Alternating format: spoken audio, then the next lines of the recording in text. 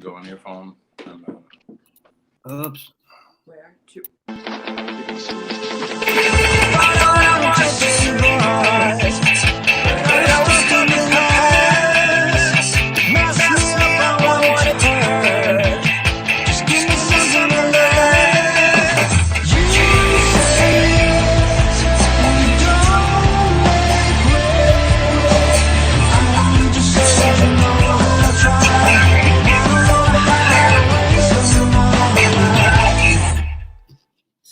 Hi, everybody. This is Higgy, and welcome to the No More Heroin Survivor Series.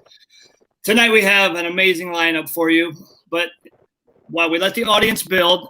Why don't I see this on your page? It's on the page. I'm looking at us right now. I don't.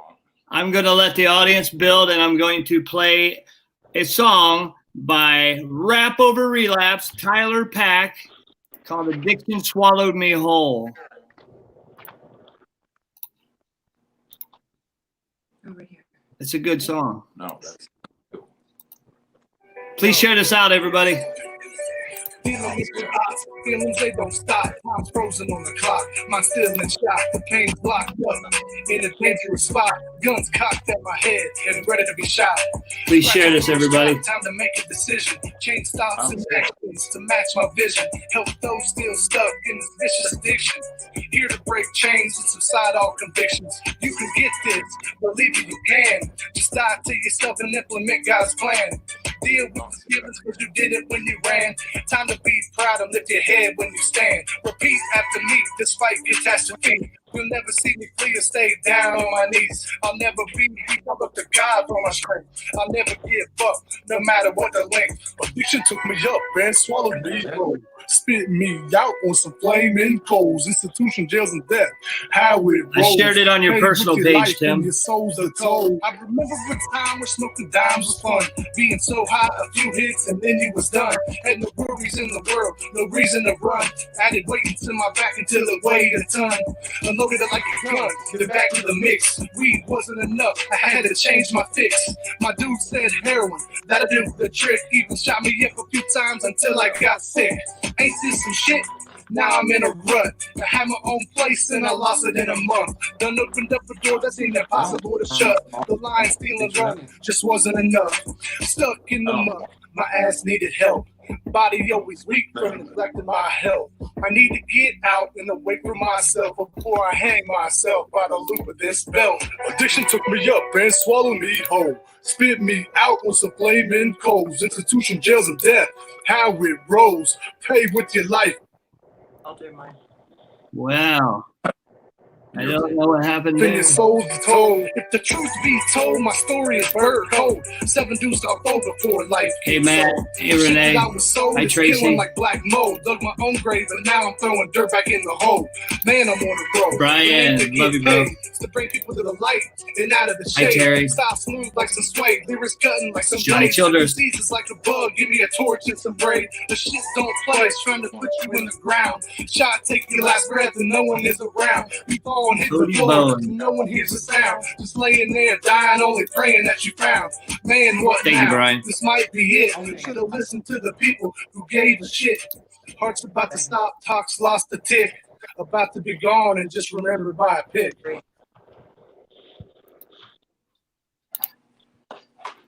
Okay. okay.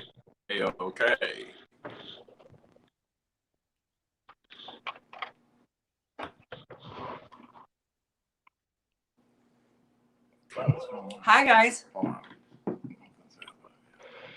Hello, where'd Higgy go? Who knows? Oh, Higgy. Hi, guys. My app There we go. kicked me off. Hi, everybody. Dang, bro. Welcome to the No More Heroin Survivor Series. The Survivor Series is an original product of No More Heroin, and we showcase inspirational testimonies of people who have overcome seemingly insurmountable odds to have and live a life of purpose and destiny, and are defying the odds by any and all means possible to live this life in recovery. And tonight is no exception. I have 3 amazing guests tonight. First, I'd like to introduce my co-host for the evening. I almost said Rap Over Relapse, but from recovery, Tyler Pack, my homeboy from Ohio. Thank you for being here, Tyler. Thanks for having me, Higgy. Tyler has 602 days today. So and that equates to 19 months, right? Yeah, going on 20. Yep. That's amazing. And everybody, please welcome Tim Ryan and his lovely wife, Jennifer Gimenez Ryan. Yay!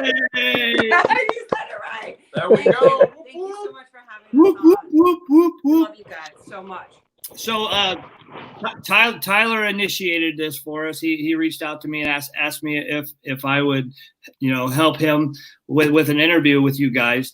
And I gladly said yes, because I think a lot of you guys have really inspired me to come back from relapse of last year to keep fighting for this life in recovery because it's so worth it. And Tim and I go back over 5 years at this point, So right out of prison, he started speaking out on Facebook and speaking in his hometown of Naperville, and you gave me the motivation and the drive to do the same thing for my recovery, and I started creating Facebook groups. You took my calls when I called you in the beginning, and you've been a great role model for me over the years. So I want to thank you for that and for the love and encouragement over the years, and sometimes tough love. Lots of it. Lots of tough love. Yeah, Tim's all about the tough love. Yeah. I don't fuck around. I'm sick of burying my friends, and sometimes you need to light people up to get that fire in the real talk. And I don't candy coat anything because I don't want my friends to die. And sometimes you need to kumbaya, you relapse, come on back. No, pull your head out of your ass and let's start doing the work to keep you in the solution. I love that you're saying that. Can I say something with that? Like it's interesting because when I got sober, I've been sober. I have 14 years, January, February, March, April, 3 months and 4 days today. And Wow. When I got sober, it was like in your face, like this is about life or fucking death. There's no in between. And then I feel like for the last 5 years or so, it got very sugar coated, like the recovery. Like, oh, we can't say that to the addict or the alcoholic. Like, Right, no, right. We're trying to save our lives. Like, we're trying to save. I want someone to tell me straight up, like, what it is. My sponsor still talks to me with universal love. Tim talks to me sometimes direct love, kind love, not with universal all the know, time. But this is about life, and I know how much Tim loves you guys, and I've heard some of the calls, Higgy, that he's had with you, but it's about life or death, and we want everyone to be able to live their best fucking life, not my life, not your life, or his life, or your best life, So I'm kind of glad that you guys started talking about that. I don't know why I just went on that whole rant, but I did. Good. Tyler, please go ahead. Well, just a little backstory. I just wanted to share real quick with how I met Tim, because Tim he seen me when I was about 100 pounds lighter than I am now. I was strung out using fentanyl, and he came to an event, and he had some scholarships, and I was fortunate enough to get one. I came to him after the event, said, Tim, I'm struggling, I need help. And he sent me to Louisiana, and that day my son was born. Something I talked with Higgy about before that, this live, is Tim gave me one of his books. I think Higgy has one of them. Yep. From Dope to Hope. And I hate reading books. I hate reading because I don't know what the hell I'm reading half the time. I can't relate most of the time. So I'm in detox on day 2. It's medical detox, so it's not as bad, but then first 2 days were still rough and I couldn't sleep. So I'm looking at this book, and I read it in like 2 days. I told Higgy, I said I had pictures, so I thought that was cool because I like to have pictures in my book, but it was able to allow me to feel, feel what he felt by seeing the pictures of memories of his son, and and some of the stuff he'd been through, I could relate, and it was just awesome, and I remember sitting in detox like this, knowing everything was going to be all right, and as time went on, I knew I had a passion to do this kind of work. I wanted to help others. And so I'd constantly reach out, and every person I'd add on Facebook, if they weren't recovery related, treatment, somewhere in the industry, I didn't even add them. A bunch of people was probably like, I don't know who this dude is that's trying to add me, but I didn't care because I wanted nothing but positive people in my life. And I just started reaching out, and that's what got me down this path. But Tim in the beginning was a huge part of that. I didn't want to go, honestly, but I had some motivation. My father was there, and he kind of, was on my ass about it. I remember Tim even said, like, damn, because he thought I was going to get out of there without talking. He's like, make sure you talk to my boy. He's like, man, what's his problem? I was like, well, he wants me to go to treatment. But, it's just that moment, man, all the way up until the time to make that decision. The disease is just talking like crazy. It don't want me to go. It wants me to go get him high. And, I didn't do it. I went to the treatment center the next day, and I'm truly grateful for Tim for that, and for Gerald Fidel. The place I went was awesome. But so I just want to say again, thanks, Tim. I'd love to meet up sometime in person and, buy you some food. I'm sure you still like food. Yeah, I like to eat. Thank you for that. And I'll take it a step back, because what had inspired that whole event was somebody had shared a message on Facebook with this guy, Cody, whose estranged wife had died from an overdose, and he didn't know how he was going to bury her. And I messaged a guy and I said, call me. And he called me and told me what they needed. And I said, give me the number to the funeral home. And I called in our foundation, paid the balance that was owed to the funeral home so this guy could bury his estranged wife and his kids could lay their mom to rest. That's just the things we do. I don't brag about them, but that's just what we do. And then he was so inspired, he put this event together. And I said, well, I'll come in and I'll get 5 scholarships. And Gerald gave us 3 of those. Rich Walters gave us 1, and then I had 1 in Oaks Recovery. I think there was 6, but I'll never forget. I think your father came up to me first. Did your dad come with you to that event? Yeah.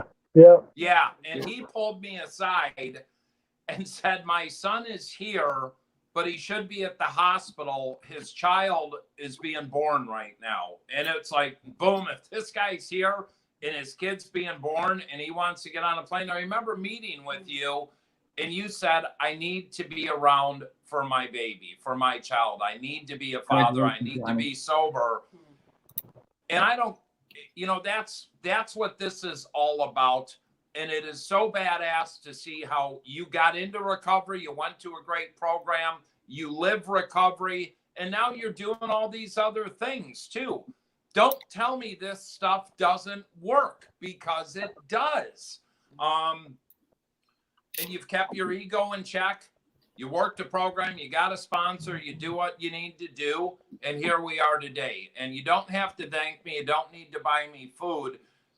I'd like to hang out with you and, see you. You're one of my brothers, as Higgy is, and we're friends, and that's what we do. It's as simple as that. Absolutely. I've heard about both of you guys from Tim from like day one. I would say probably I heard those stories over the phone before we even met. So I'm just so happy for all of us, and you guys are inspirations. Seriously, you're an inspiration.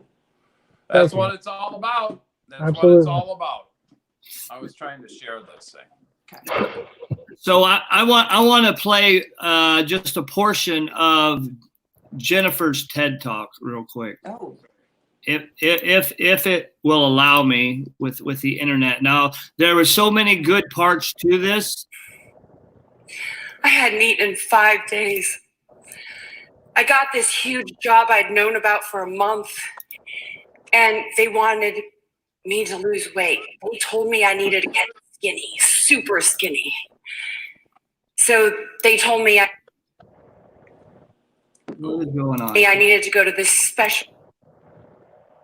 Please. Get quick happy. So I did.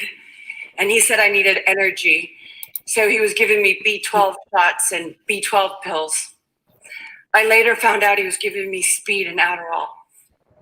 When I was in New York a week before that photo shoot, and I was in the fitting and I was looking in the mirror with the lingerie on, I literally looked in the mirror and I saw an elephant man looking back at me. My body dysmorphia. 3 days before the shoot, I had gotten to a point where I got a marker and I wrote, "I hate you" all over my arms and on my chest and stomach. And I grabbed a razor blade because I wanted to carve it out. Because I wanted you to see what I felt like my whole life. Thankfully, I had passed out. They told me that they would make me feel safe and comfortable. I had gotten nudes, this photograph to do this news with this very renowned photographer. And back then it was a really big deal to do that. I was so nervous that.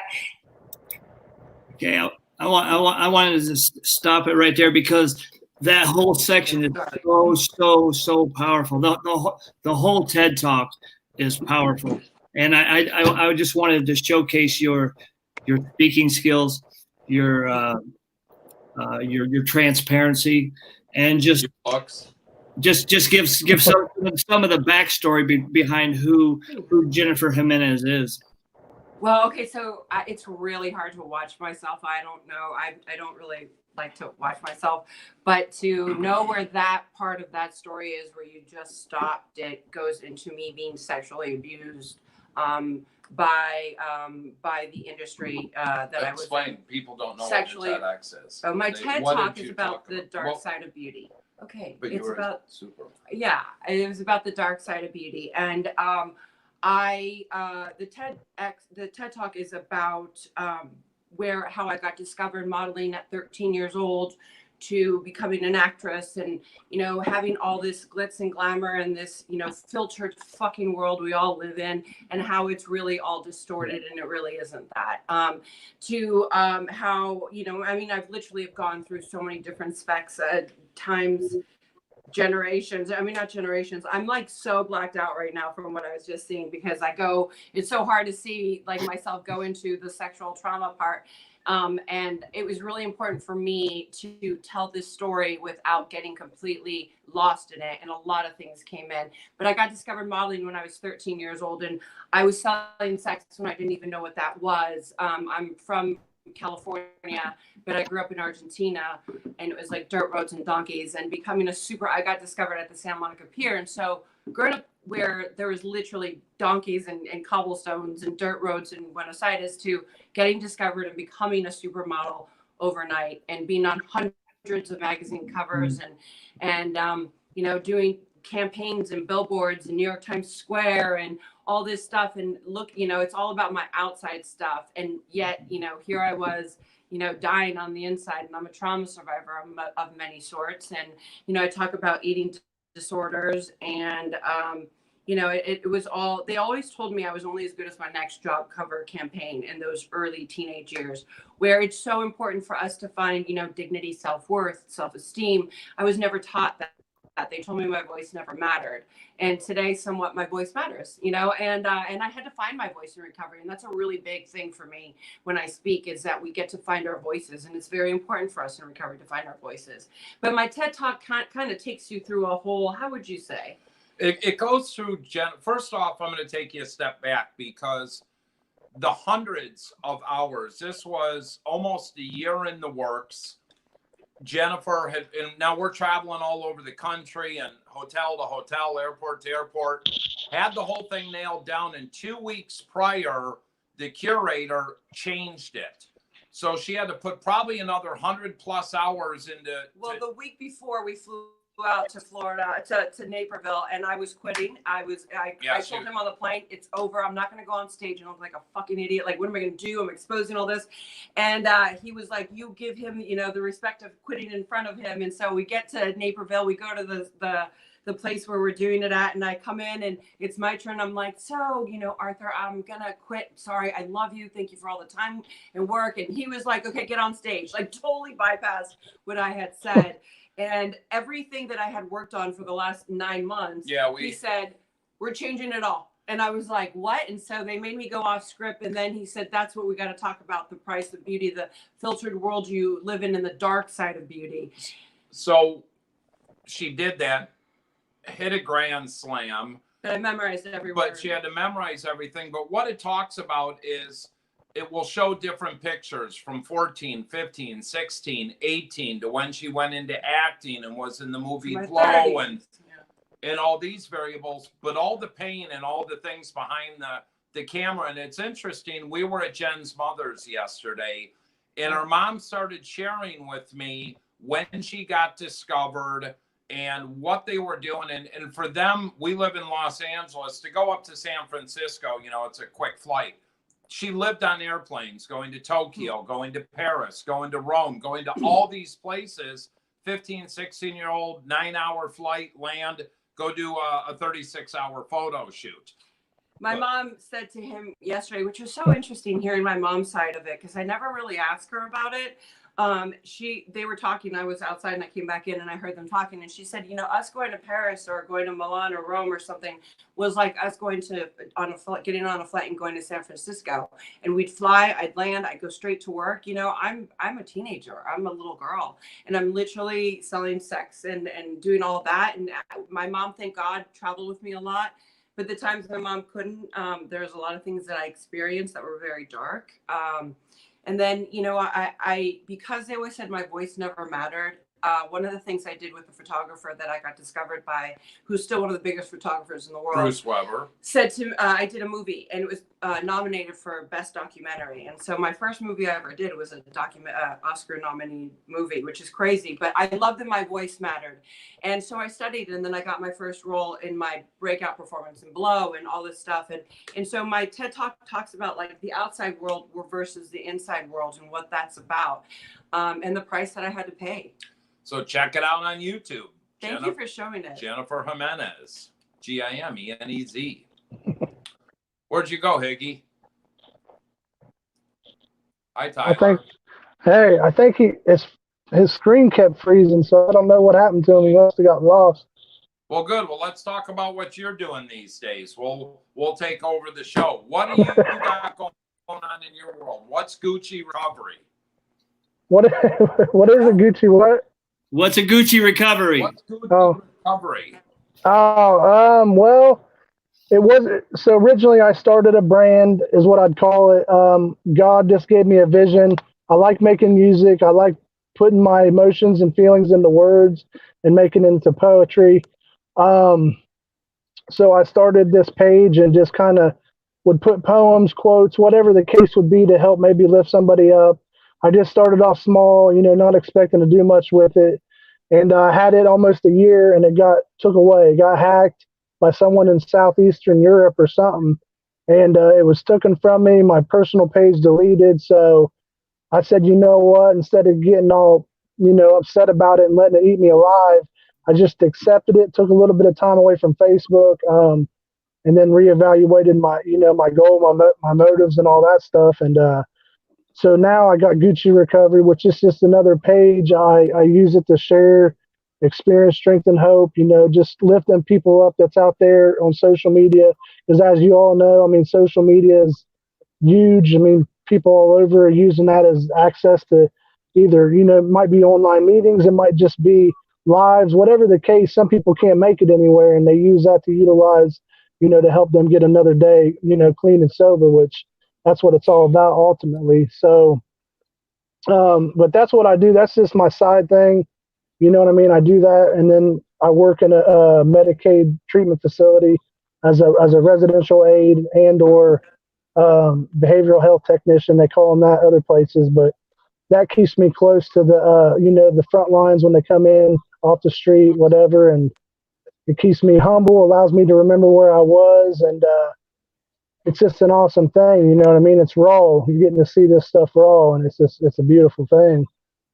Absolutely. Amen. I love that you're talking about using your social platform.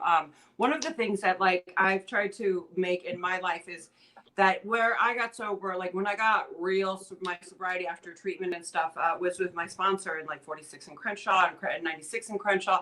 And they were like, stand in your truth and tell the truth, you know, and speak from your experiences. And the more, and even till this day, like I never try to claim that life is fancy and beautiful and great when it's not. When I'm going through things, I'm very open and public about these things when it comes to me personally.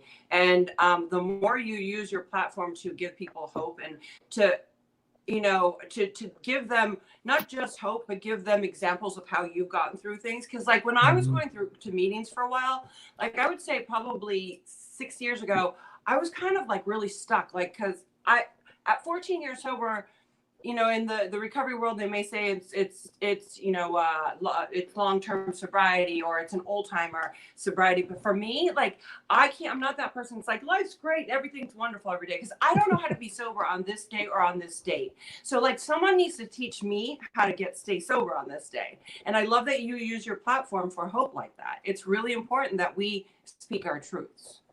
Absolutely. Well, I think what else is important too is if you tried to get me to rap, they would escort me off the stage very, very quickly. I don't rap. I can't rap. So people are able to use their platforms for what they're good at. You know, you're good at expressing through music. Higgy likes to have all of his social pages and bring a lot of people together. I'm a professional speaker. Jennifer's a professional speaker, and we do other things. But instead of people trying to, I want to be everything, everyone has the opportunity to bring their voice to the voiceless through whatever avenue. Some people like to write poetry. Mac Annam does spoken poetry. So everybody does what they're good at to carry a message of hope. It's as simple as that. That's awesome, man. Keep doing what you're doing. What's it like being a father? Oh man, nothing compares to it. I mean, he's growing up so fast. Nothing like changing a shitty diaper. No, I try to get out of that half the time. I'll take off the other way, but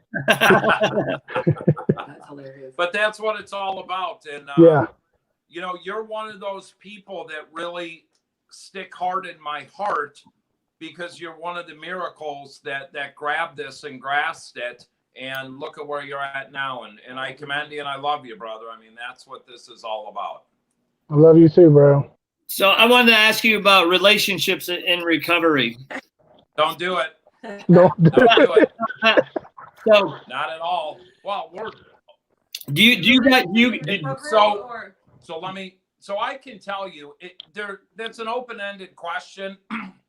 Do I think people in early recovery should get in a relationship with someone in recovery? 1,000% no. What happens is people go to detox or treatment or a peer-driven program. They're 90 days sober. Feelings and emotions come up. They get horny, and they want to fall in love with that girl or two they were in treatment with. Let me explain something. The people I'm in treatment with are as bad or as worse in addiction, liar, cheat, and thieves than I was. That's probably not the person you want to have a relationship out of the gate, because what happens, and I've seen it 1,000 times, at 90 days or even 60 days, I start dating Jennifer. Our relationship becomes more important than work in a program, whether it's you become my higher power. Yeah, she becomes my higher power. And I relapse, she's going right along with me. And somebody usually ends up dead or in jail. And I'll look at my own personal life. When I got out of prison, the first meeting I went to, I sat next to a lady who was married, and next thing, you know, we have a child together, and it wasn't a good situation. And then I was focused on building my foundation and speaking and working in treatment. And, you know, I ended up getting out of that 5 years later. But like when I met Jennifer, I'm almost 7.5 years sober now. So I was 6 years sober, a little over. Well, we knew each other, but, you know, she had 13 plus years. We were in long-term recovery. get your foundation You're first. going through a divorce. Yeah, Like, I didn't even explain know. about you. What did yours? So, Tell okay, her what so your sponsor when did. I got sober, like they, you know, I always say, welcome to the world of feelings, 90 days, right? Like 90 days for me looked like this. And this is like, I'm just kind of saying it really fast. In like 3 minutes, it'd be like, oh my God, I'm so sad. I'm so happy. God, he's so hot. Oh my God, she's hot. Oh my God, I'm really mad. Why am I mad? Oh my God. Like, it was all like, I had feelings everywhere. And I found him over and over and over again. My goodness. I found many husbands in my head, right? And my sponsor said to me one day, she says, I can't enable you into a grave because I can't do it your way. You're doing it your way. And so if you want to do it to the program way, then I'll go to any lengths to try to help you. And I was like, what does that look like? And I had been in treatment from January 15th of 06 to April 30th. And she said, and now this is like probably 8 months later, she said, you're going to get pen and paper and you're going to get ready to dig deep. It's going to be really uncomfortable. You cannot drink, you cannot use, you cannot be in a relationship, you cannot hurt anyone or yourself, and no sex. I was like, what? And she's like, put a motherfucking nickel between your knees. I did what she said and I looked, I got it, you know what she meant. And I couldn't act out. You know, and I had to do a lot of things that weren't necessarily in the program as well as doing the program. And the thing is I needed to find myself. Because I can fixate, if you're in early recovery, it's like, you know, we're fixating on outside stuff. And so it was really uncomfortable to dig deep and go through my traumas and deal with them. I mean, deal with my traumas. I really feel that we need to find, you know, deal with our traumas always. Stay sober, like go, you know, telling ourselves, go to meetings, like do that stuff. There's other outside ways of getting help as well. But if you do that, you have a strong foundation. Like I have a solid freaking foundation that no person, place, or thing can ever take from me. So when you were 9 months and Teresa became your sponsor and you went to meetings, what did you have to do? So I had to show up 15 minutes early at all my meetings. All I did was go to meetings. I was unemployable. I had to wear my hair in a ponytail or in a bun. I had to wear no makeup. I had to feel demasked. Till this day, unless I'm coming from work, when I go to 12-step meetings, I wear no makeup, unless I'm coming from work. I had to wear flats so I could feel grounded and wiggle my toes during the meeting. I had to wear leggings or jeans, and I had to wear shirts with sleeves on it. And my sponsor would say, hang your resume and your IQ at the door. Until this day, I hang my resume and my IQ at the door, and I'm open to be teachable. And every time I would hear the same thing over and over again, once I got more time, she would say, then you give some recovery in those meetings if you don't like what they're saying. You know, but you also couldn't hug men. Oh God, that was horrible. I couldn't. I got put on this no hugging men for 6 months. It lasted 8.5 months. I'm not gonna lie. I was at a meeting with my sponsor one day, and there was this old timer, and he was old, and he was in a wheelchair, and he was like, "Hey," and I'm like, "Hi, Gramps," and I hugged him, and my sponsor was there, and she looked at me, kind of how Tim's sitting like that, and I was like, "What?" She's like, "You hugged a man," and I'm like, "Sponsor, he's 90 and dying. Come on, he's 90 and dying," and she's like, your problem is you hug them like you want to fuck them. You don't need to use your sensuality. Let me teach you how to use your brains, your skills, your talents, you know, and your crafts and all this stuff. And she's like, let me teach you how to be a woman. I was like, okay. So till now, I can hug people and I don't use my sensuality. Like I never had to use the things that used to be my ways of getting around in life, you know, my survival skills, which has been such a blessing. And so there's my take on relationships and recovery. But what I saw, you know, I did 13.5 months in prison, went through the steps there, got out, got another sponsor with 21 years. He stole my sponsor to this day. I was 2 years sober prior to even working in treatment, but I'd started my foundation and a bunch of support groups, but I did not miss a meeting for 2.5 years. I put recovery first in my relationship with my God first.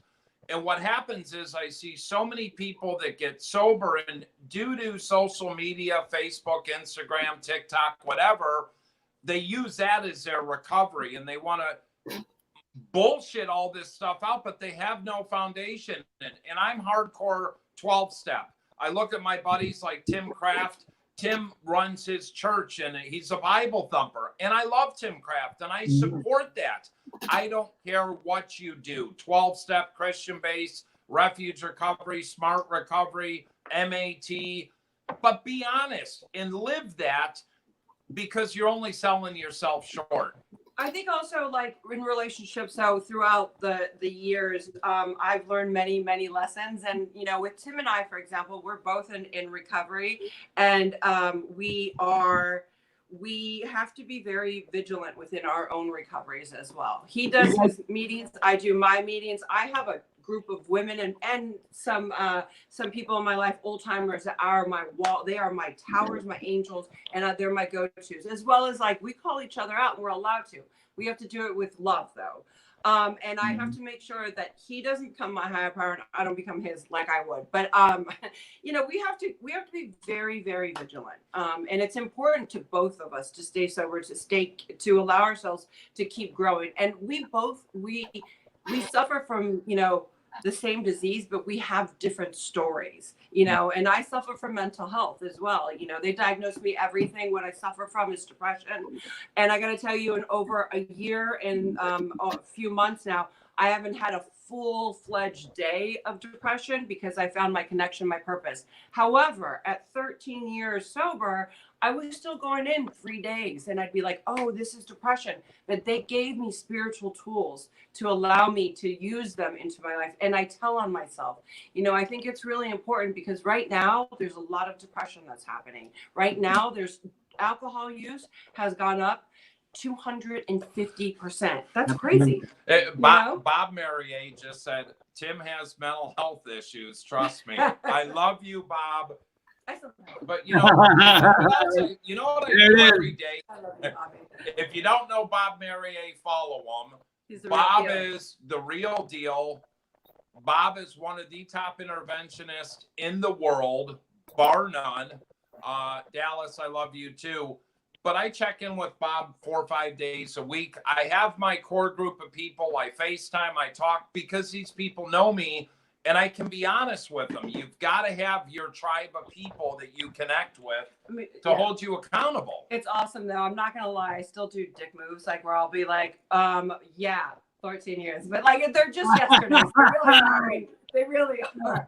I just have to learn. I've had a lot of tools to be applied to my life and into this relationship. I was a supermodel and an actress. Because it's my first time ever married, you know, and I've waited my whole life for this, and I don't want to throw it away, you know, and it's something that is important for me. I want to be able to love him, and I accept him unconditionally. Yeah, absolutely. So it's, wow, that's a lot we just said. Yeah, though that you answered every question that I had for you about the sponsor. All right, have a great day. See you later. Going to meetings separately, or I just was curious, you know, for anyone out there contemplating getting into a relationship early in recovery, you know, and what the challenges are, you know, and there's going to be a lot more challenges right now. And today, what's going on in this day and age with this whole coronavirus? I was talking to a girlfriend of mine that's single, and she's like, do you know what it feels like for me to even think about trying to hook up with somebody right now? Like, there's a lot of things you need to be very cautious over, you know? But to answer your question, when we can actually go to meetings, I mean, we do a lot of Zoom meetings. We're speaking on them. We partake in them. But when we go to meetings, we usually, wherever we are in the country, we hit 4 to 5 meetings a week. But I have 2 meetings every week I do on my own, my men's stag meetings. She has her female stag, and we probably do 3 to 4 meetings a week together. Yeah. So how about you, Tyler? How many meetings do you hit a week when you're not coronavirus land? I got a home group here in Chillicothe that I help run, but then usually it's about 4 a week, I would say. A lot of them while I'm at work, I get to take guys, so it gets me in a different atmosphere around a bunch of different people. But yeah, man, this time around, I realized how important meetings were. I got my head out of my ass, and you know, basically, I got a sponsor that made me do shit I didn't want to do. But you know what I mean. One of the only things I never did, because I told him I'm not going to do it, even if you tell me to do it.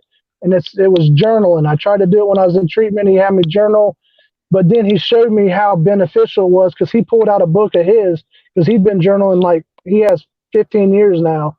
He'd been journaling for years right after he got clean, and he just opened one up and started reading it, and it was about the day that his daughter was born. Both of them were born after he got clean, but it was about, or no, it was about when they went through divorce and everything else. And it kind of helped me, you know, because I was getting ready to go through a divorce and everything. And it's just powerful. Like I said, yeah, I can realize after a set time, you can see these patterns and how your days go and how your behaviors are or whatever. But when I was writing them in treatment, it was just the same shit every day. But I told him, I'm not going to do that. I'll do anything else you tell me to do.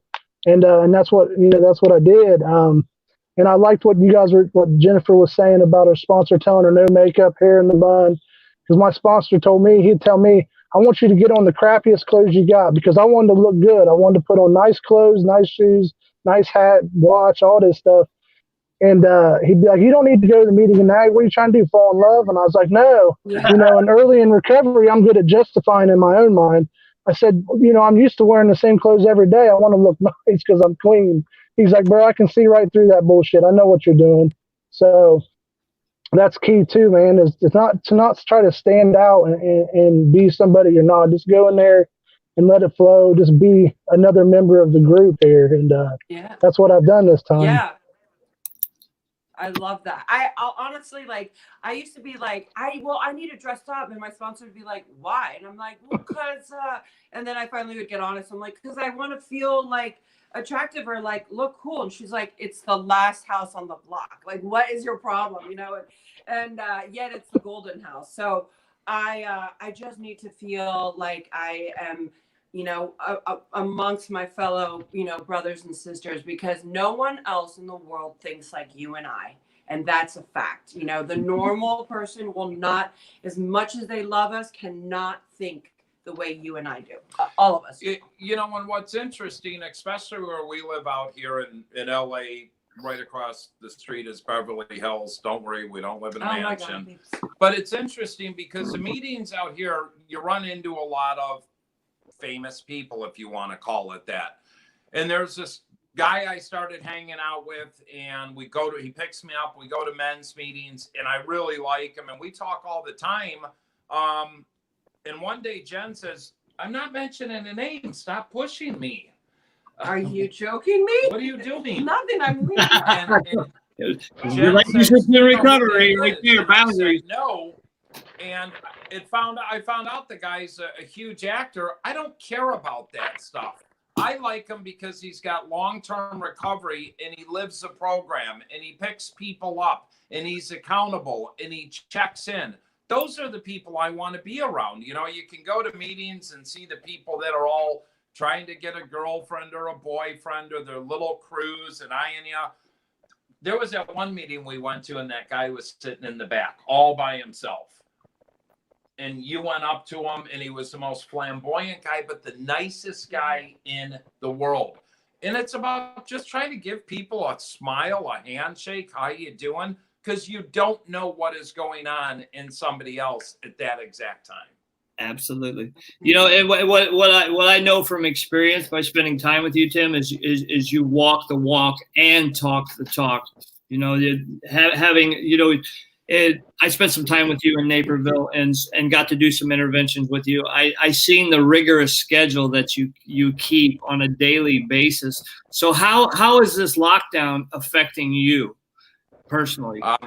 Why don't you ask her, because she's my wife. I just seen an example. She's my best friend, but unfortunately, you know, you have two type A personalities, and I'm not used to sitting still. But one thing, when Jenn and I met and started working together and fell in love, and I moved out to California, and we go to Florida a lot because we have a place there, and Chicago due to all the kids, which is a blessing.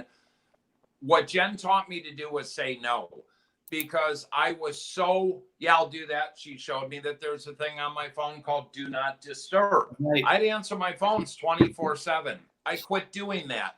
I quit enabling people, and she's helped me learn a lot of boundaries, which has been very beneficial to me.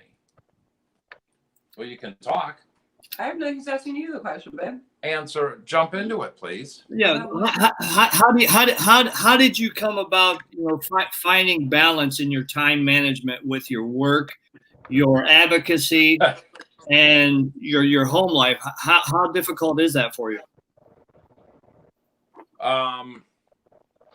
Well, it was. I mean, It was terrible. we lived It on was airplanes. terrible. It's a lot better through that last year. I mean, Christ, I don't think up until this COVID hit, there was 2 weeks that we're at our house in California for longer than 2 weeks. Otherwise, we hadn't been in one location in over a year longer than 2 weeks. So the good thing about this shutdown is it's given us time we don't work for any treatment center. We lost out on a ton of speaking events. So it's given us time to kind of retool on what we want to do and redirect moving forward. We're getting a lot of calls for opportunities now, and we're turning a lot of them down because I don't want to. My job isn't just to put heads in beds. I'd rather be out doing more speaking, intervention, sober coaching, sober companion. We've got some other things we can't talk about that we're working on. We had Jenn started acting and got 2 movies and got a TV pilot. Congratulations. Thank you. I put acting on hold for the last 4 or 5 years, and I was in the trenches, kind of like what you're talking about, Tyler. Like I was in the trenches and I was speaking all over the country, and Tim was doing the same thing, and we were both doing the same thing, but not together. And I thought it was really important for me to just dedicate my whole entire life to that. And we're in April. So at the end of the year last year, Tim and I were talking, we were driving, and I was like, I haven't told you something, babe. And he's like, what? And I was like, I feel like I want to start acting again. He's like, well, then act. And I was like, that easy? I'm like, not ready to put it to the universe, but be careful what you say out loud because you put it to the universe. And sure enough, about 2 weeks later, I get a text from a friend of mine, and she's like, there's this movie that's happening. You'd be great for it. Would you read for it? I know the director, So we go and meet with the director, and that day, not only did he offer me that movie, but then he offered me another movie at the end, like 45 minutes later. And the other movies with Danny Trejo, Lou Diamond Phillips, Katie Castillo, and I'm like, oh my God. So one's a horror, one's an action. And then I got a pilot, and we were supposed to start shooting because he got the lead role villain in the pilot, which is crazy. I put it out there to him that, I said, if you have an extra role like for Tim, it'd be great. When I said I would do this pilot, and he got the lead. He got the lead role, which was awesome. Thank you. And we were supposed to shoot the day that the week that the whole lockdown stuff started. So our whole lives have got put on hold. Everything's on hold. And we had about our busiest 3 months. 3 months. April, May, and June. We were slammed. So it's the balance. The tough thing is not being able to go see little Mackenzie and Max, Tanner, and Abby, my other kids, and it's get been to really our hard. place It's been really hard, especially for Tim. His kids are his everything. So he's been going through a lot, and it's been. I think the first few weeks for us, we both had to come through to a lot of acceptance. Like I haven't been planted somewhere for 5 weeks or 4 weeks in many, many, many years. So we both are going through it. And then there's acceptance, and then there's not. And Tim was sick at first, and we were so scared. And then I was sick later, but I don't have it. I got tested twice. I have underlying issues, health issues. So thankfully we're okay, but it's really different in California, opposed to like somewhere like Florida, what's going on, with this and how they have us on such strict lockdowns. So we binge watch a lot of shows. Queen of the South, Ozarks. I walk a lot. What else? What's the other one we binge watched? I don't know. Designated Survivor. Designated Survivor was good too. Oh, and Tyler, did you create that whole page? Thank you. You brought laughter into our lives. Oh yeah. Tiger page. Insane what happened. That like how you created that page and like literally it boomed. It was awesome, and it's funny, and thank you for the laughter. Bringing us the crazy thing is like a few days after I started that, I seen another one, and the other one was started like 3 days before mine, and I think it's like 800,000 members now or something. Wow. Everyone's it just keeps coming in. There's no shutting off. That is so awesome. Yeah, seriously, like we would like in the mix of all the madness of the Corona thing just kicking in for us here, we were like just watching that and laughing. If they make that movie, Jam Oh. Walker should play the Tiger King guy. Yes. That's funny. So I'll leave it at that. I got jokes, but I'll shut up. I wanted to ask you, how when it comes to time management and offering your services, how do I say this? When people have an expectancy for people like us in the field to do things, out of the goodness of our hearts, and when people are they're placing demands upon you, how do you handle that? So you bring up a really good question, Robin, because Jennifer helped me a lot with that. People, when I started my nonprofit, I thought I'd raise all this money, pay myself 40 grand a year and save the world, and had all these support groups going. And I stumbled into working into treatment, but it was 24/7, 7 days a week, Easter morning leaving to go do an intervention, whatever. But it got to the point to where it almost destroyed me because I was giving, and I would take all these calls and deal with these families that were just dysfunctional. And it's got to the point now with the foundation. I'm not executive director. I'm on the board. Jennifer's on the board. My last relapse, what did Dallas say? Yeah, let me put this back. My last relapse, I sent Jennifer a text when I was hammered drunk and asked her to put me in a movie. Yes, alcohol is a hell of a drug. I love Dallas. I'm not going to go into his relapse, but I think he was going live, highly intoxicated on like a 10-day run. But that's another story. I'm glad you're doing well. I can relate. But we went on to the board of the foundation. We're not running the day-to-day. We're not working for a treatment center now. And what people expect is everything for free. If you go to your car mechanic and say, hey, you know what, I need a new transmission. Can I get that for free? Or can you give me some advice on what I need to do? They're going to charge you. If you go to a lawyer, they'll give you the first session free. After that, you pay for. That's kind of the way I'm setting things up. I'll give you 10 minutes of my time, but after that, if you want me to work with the family and guide and direct you, you're going to pay for my time. And people are like, oh, that's against traditions. No, that is 12-step meetings have nothing to do with what I do for a career. And there's tens of thousands of people from clinical to business development to this, that get paid to work in this space, that work in hospitals, that work in corrections. Everybody has a right to make a living. And I'm a subject matter expert, as is my wife, on guiding, directing, doing intervention, sober coaching, sober companion, yada, yada, yada. We actually are launching a website next week to where we've partnered with a friend of ours that's a 19-year clinician. So when we do interventions, we have a 19-year clinical person doing the biopsychosocial, going with us. We do them together, and then we're able to offer, 5-6 options to the family based on their resources.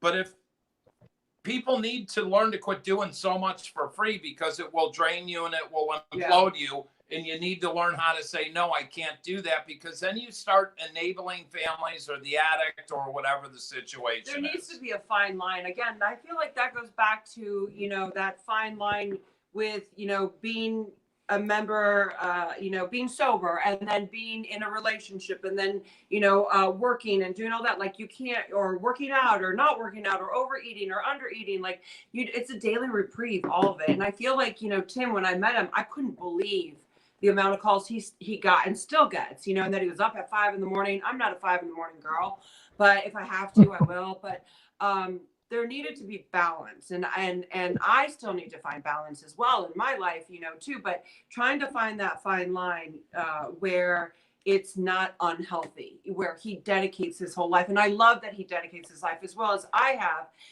but I had a wall. I had like a wall that people couldn't kind of get to me. I didn't do what Tim was doing. From doing the rehab shows and all that and movies and all blah, blah, blah, I was still speaking about what was happening, but I wasn't working in the trenches the way he was. I was speaking in the trenches, which was different. Mm-hmm. And, to see an industry where we're all supposed to help each other and it's supposed to help people and get better and try to say, change their lives, for the good. This is such an dysfunctional, incestuous industry. And it breaks my heart to see that.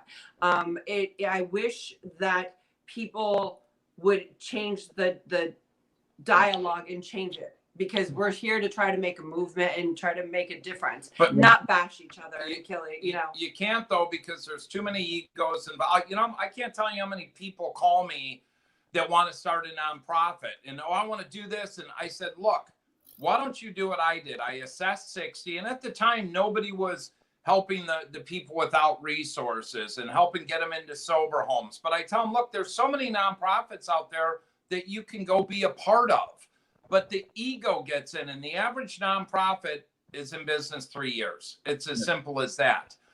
This is the most toxic industry I have ever worked in my life. There's more hate and disdain and people that want to talk about you that have never met you, have never had a phone call with you. I agree. But they want to spew fucking hatred. And just, I'm sick of these people, but I don't block, unfriend, delete. I don't care. Oh, did you hear what so-and-so said? No. They don't pay my bills. They're not helping this family. I don't care what they say. And it's a twisted industry, unfortunately. It surely is. And what you were talking about, having balance and being able to say no, that was one of my downfalls over the years that led me to relapse. Trying to do too much and not take care of myself. There's nothing more important to me in my life than my recovery today, because without it, I will lose everything good in my life, up to including my life. And I've been on the brink several times because of my heart and trying to help other people before taking care of me. And that's something you tried pounding in my head over the years, and the ego, and the feeling like I needed to prove myself, and all I need to do is take care of me and do the best I can, and everything else will fall into place, because if I stay clean and sober, I can do and be anything I want. And today I'm happy with you. So anybody out there that's struggling in that manner, just listen to what these guys are saying. They're so on point. And I love it. I'm sorry, I'm cutting you off, but I love what you're saying, because that's part of our isms. Like, at least mine, I suffer from, people pleasing, because, if you think that I'm okay, maybe I'll be okay. And I no longer, I've worked through all these things, but I still go back to it every now and then. It creeps up on me. I have to realize that I'm enough. I'm enough just the way I am right now. But I've had to do a lot of therapy and a lot of writing, a lot of, step work on this stuff too. But it's really important to go into that and dive into that and deal with that kind of stuff, because it's not about if you think I'm enough that I'm enough. I'm enough because I'm alive, and I was brought to this earth for a reason. Now, another thing, I'll tell you this, though, I just need to say it. 4 hardest words I've ever had to learn, especially in recovery, is I don't know, help me, that's inappropriate, and no. That's right. I agree. And, it's 14 years of recovery speaking right there. Yeah, but it's still hard to say no every now and then. But it's like, people tend to forget. They're like, oh, well, you get paid to speak. I can remember driving 10 hours to Ohio. This lady said this was this massive event, 1,000 people, and I offered to come for free. This was really before I was charging. I get there, 12 people showed up. 12. And we did the event and then left, but I started vetting things. But what else people don't realize is for the first 3 years when we got paid to speak, all that money went into a Man Recovery Foundation. I've never taken a salary from that foundation. We've given away over $1 million in 5 years, a little over 5 years. And that was out of the kindness of my heart. And yes, I charge.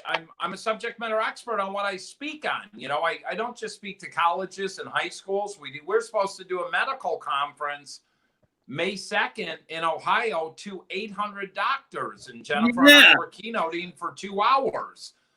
We speak to healthcare insurance providers, but people tend to forget I was in the business world for 25 years prior to getting sober. I've done this my entire life, and so many people want to jump out there and get to know you. What's you saying? Get to know the person. Try to get to know, I always say to the newcomers or people under a year of sobriety, try to get to know the person you're trying to kill before you kill him or her, because you might realize that you're worth it and that you're so loved and that your story's not done and that you're here for a reason. And that honestly, I can say we love you and we expect nothing in return as long as we know we're trudging, with our brothers and sisters.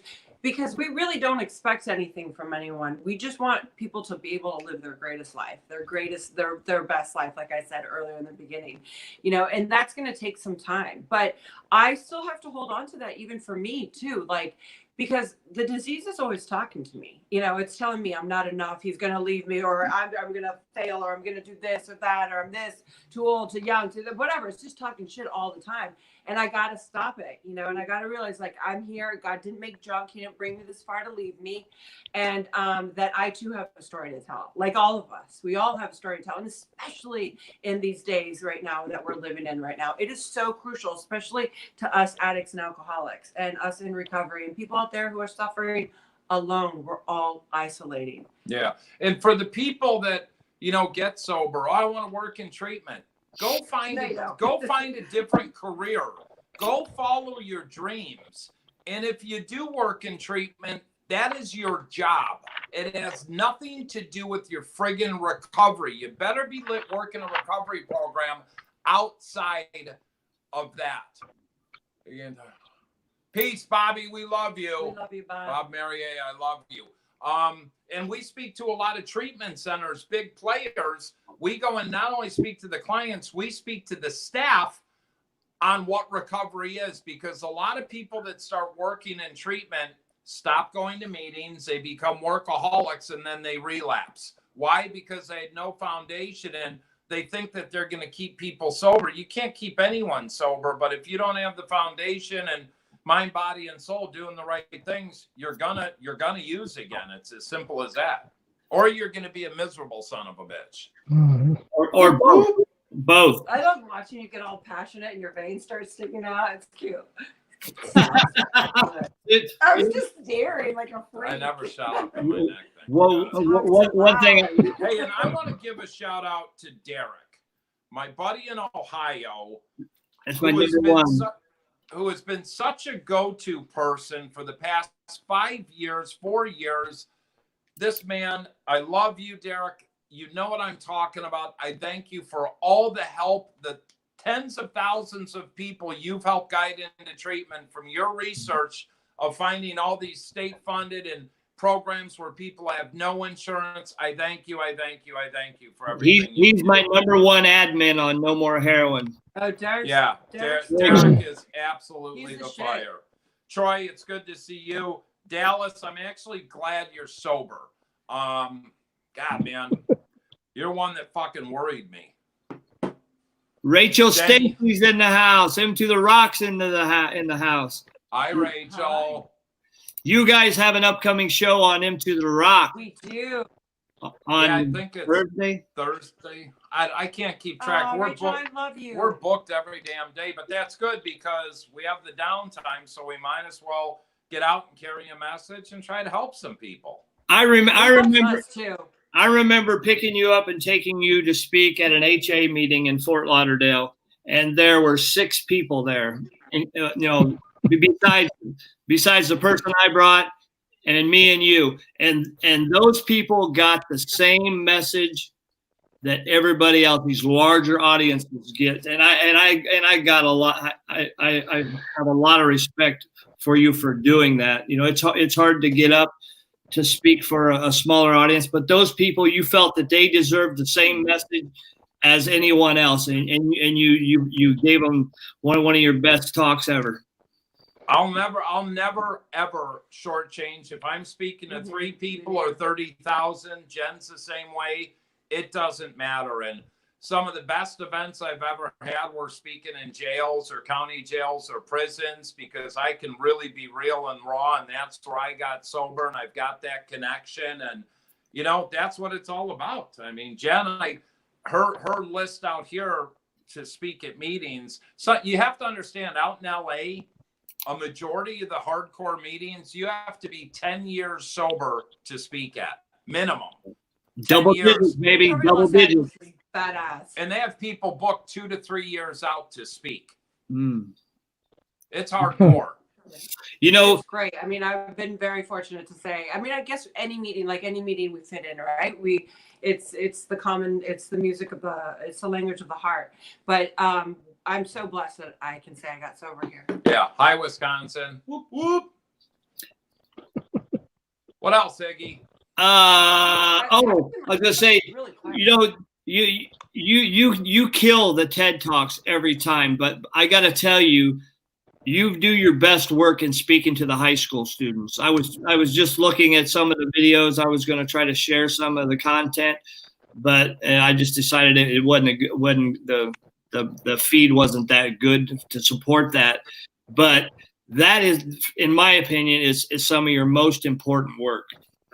Well, you know, we love doing that. And here's the problem, and I'm not knocking people. Everybody has a story, but everybody's not a good speaker. And I've seen a lot of people try to speak in schools, and they're just not good communicators, and they just want to share a war story. And anybody can do that. That's easy.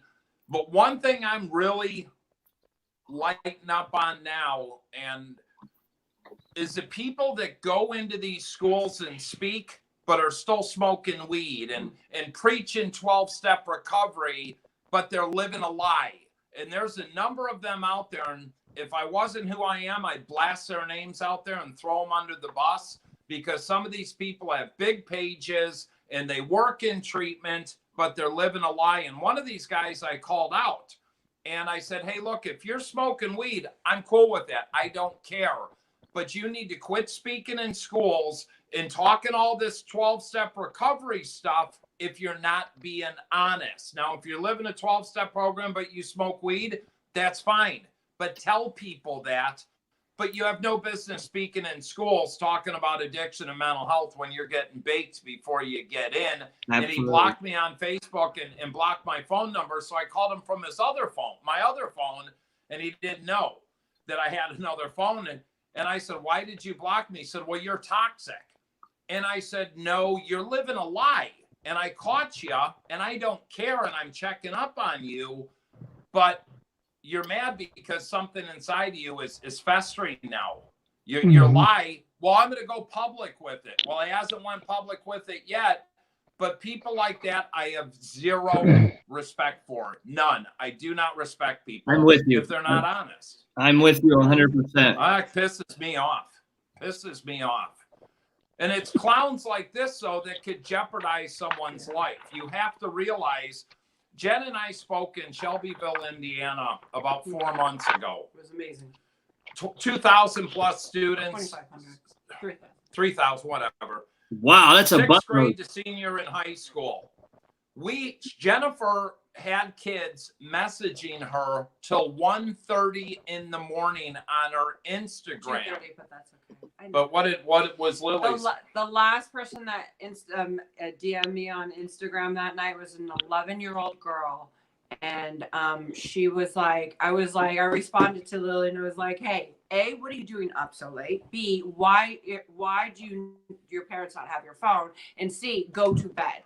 And she's like, because I'm not being heard. And, you know, if I go back to my timeline from, you know, age 11 on 12 was the worst year for me. Like these 12 to 18-year-old kids, they're suffering, you know, and no one's listening to them because, you know, we have these things today. We have a lot of other technology going on and your battery is 20% remaining. And we're, you know, they're not being heard and they need to be heard. And there's a lot more trauma and a lot more using and mental illness that's going on out there than ever before. Yeah, when we go in and speak in schools now, we demand up front that they have mental health and substance abuse counselors at the high school standing by, because a lot of schools don't have them there full time, because a lot of these kids are living at home with trauma. Mom or dad, they're divorced, they're getting abused sexually, physically, mom or dad are using, and they don't know what to do, and they need to have someone to talk to, because you go speak in these schools and you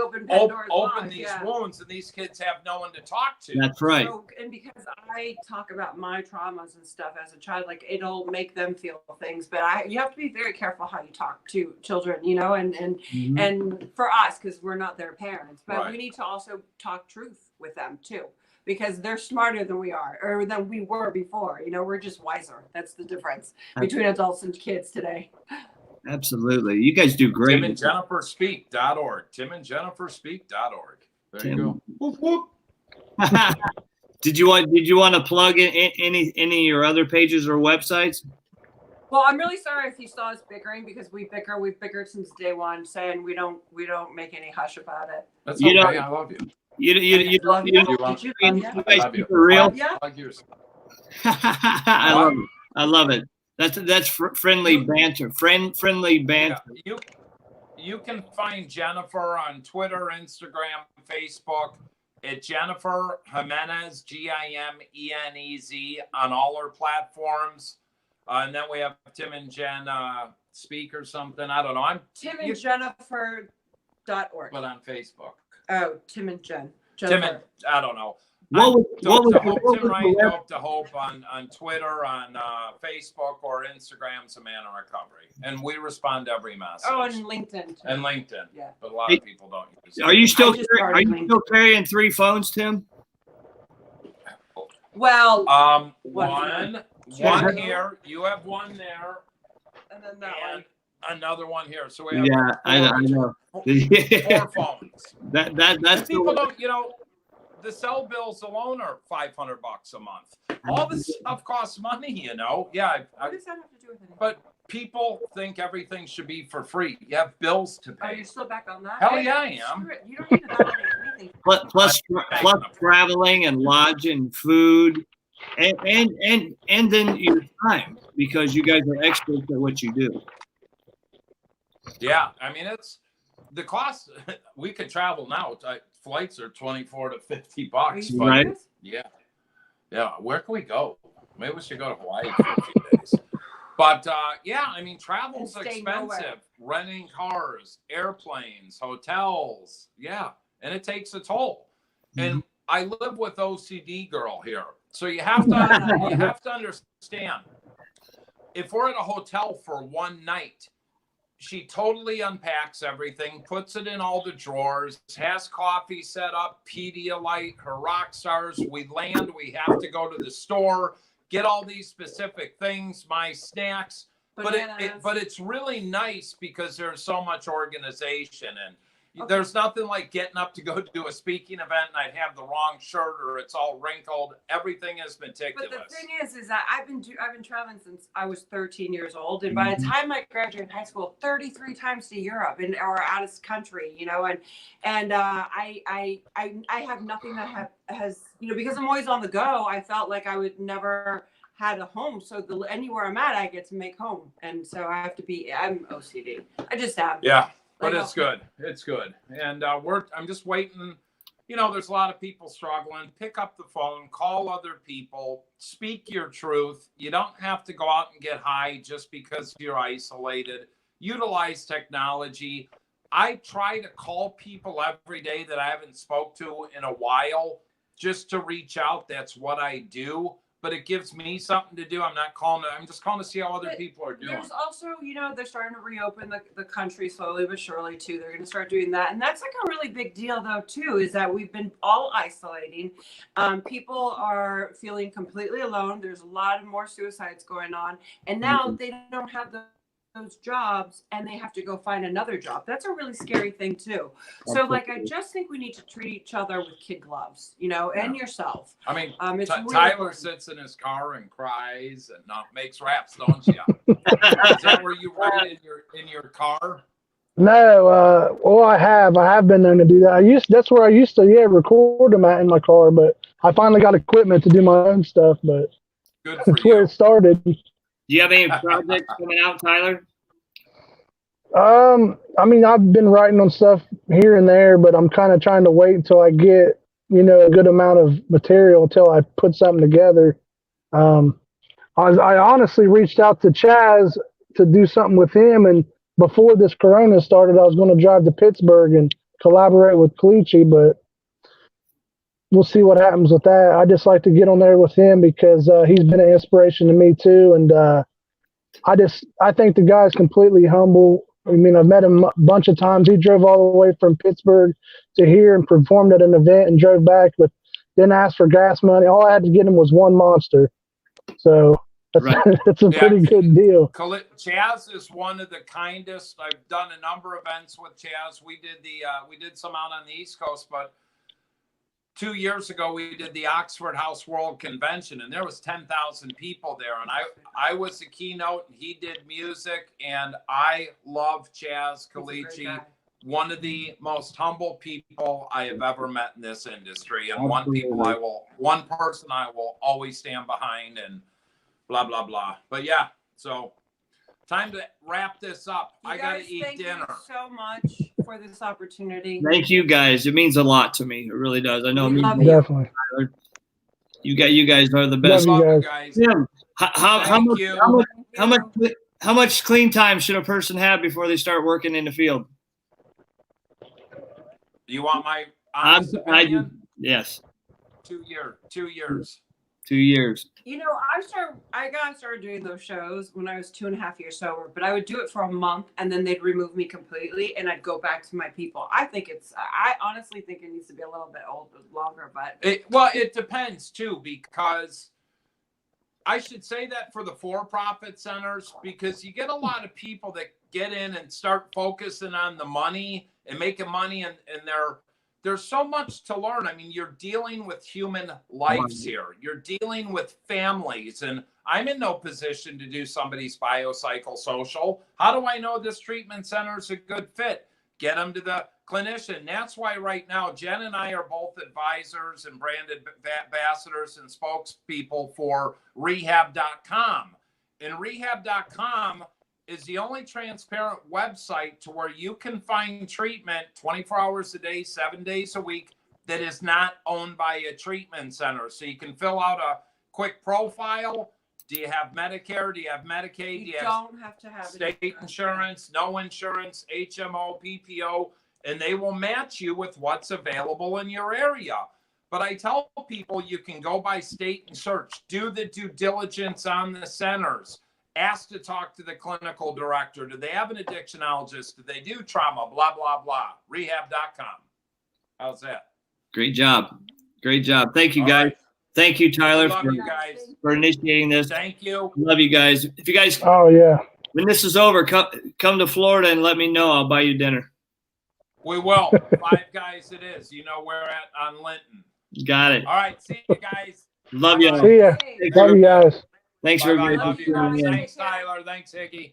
Good night, Love everybody. you guys. Tyler, thank you for initiating this. He's gone, but I'm here. So thank you, everybody, for tuning in. This has been a very, very, very awesome experience for me. If you're struggling, please reach out. There is help available, and please keep your head up and your chin down and pray. God's got us through all this. I love you all. Good night.